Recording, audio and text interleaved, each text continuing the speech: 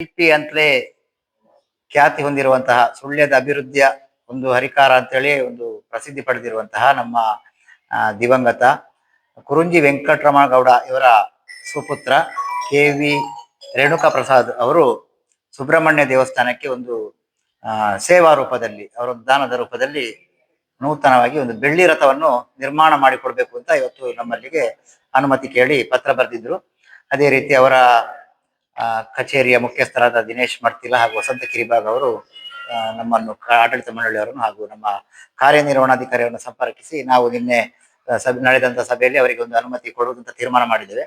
ಅದಕ್ಕೆ ಸಂಬಂಧಪಟ್ಟಂತಹ ಕೆಲವೊಂದು ಇಲಾಖಾ ಪ್ರಕ್ರಿಯೆಗಳು ಇನ್ನಷ್ಟು ನಡಿಬೇಕಾಗಿದೆ. ಅದು ಈಗ ಒಂದು ವಾರ ಒಂದು ತಿಂಗಳಲ್ಲಿ ಆಗುವಂತ ಅನುಮತಿಗಳೆಲ್ಲ ಬೇಕಾಗ್ತದೆ, ಕೆಲವು ಶರ್ತಗಳೆಲ್ಲ ಇರ್ತದೆ.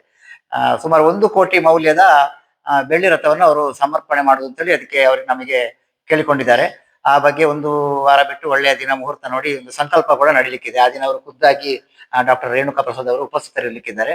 ರಥ ನಿರ್ಮಾಣವನ್ನು ಈಗಾಗಲೇ ನಮಗೆ ನಮ್ಮ ರಾಷ್ಟ್ರದಾದ್ಯಂತ ಖ್ಯಾತಿ ಹೊಂದಿರುವಂತಹ ನಮ್ಮ ಸುಬ್ರಹ್ಮಣ್ಯದ ಬ್ರಹ್ಮರಥ ಕೂಡ ನಿರ್ಮಾಣ ಮಾಡಿಕೊಟ್ಟಂತಹ ಶಿಲ್ಪಿ ಕೋಟೇಶ್ವರ ಅಲ್ಲ ಸರ್, ರಾಜಗೋಪಾಲಾಚಾರ್ ಅವರು ನಿರ್ಮಾಣ ಮಾಡಿಕೊಡ್ತಾರೆ. ಅದು ಅವರು ದಾನಿಗಳು ಮತ್ತು ಅವರು ಅದರ ಬಗ್ಗೆ ವಿವರಿಸಿಕೊಂಡಿದ್ದಾರೆ.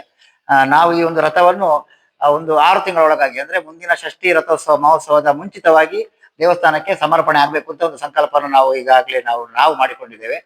ಮುಂದಿನ ದಿನಗಳಲ್ಲಿ ಆ ರಥ ಸಮರ್ಪಣೆ ಆದ ನಂತರ ಸೇವೆ ಮಾಡುವಂತಹ ಭಕ್ತರಿಗೆ ಸುಬ್ರಹ್ಮಣ್ಯ ದೇವರನ್ನು ಬೆಳ್ಳಿ ರಥದಲ್ಲಿ ಕೂತ್ಕೊಳಿಸಿ ಒಂದು ಉತ್ಸವ ಮಾಡುವಂತ ಒಂದು ಸೌಭಾಗ್ಯ ದೊರೆಯಲಿಕ್ಕಿದೆ. ಈಗ ನಮ್ಮ ಒಂದು ನೂತನ ಆಡಳಿತ ಮಂಡಳಿ ಈಗಾಗಲೇ ನಾವು ಅಧಿಕಾರ ಸ್ವೀಕಾರ ಮಾಡಿ 1 ವಾರ ಆಗಿದೆ ಅಷ್ಟೇ.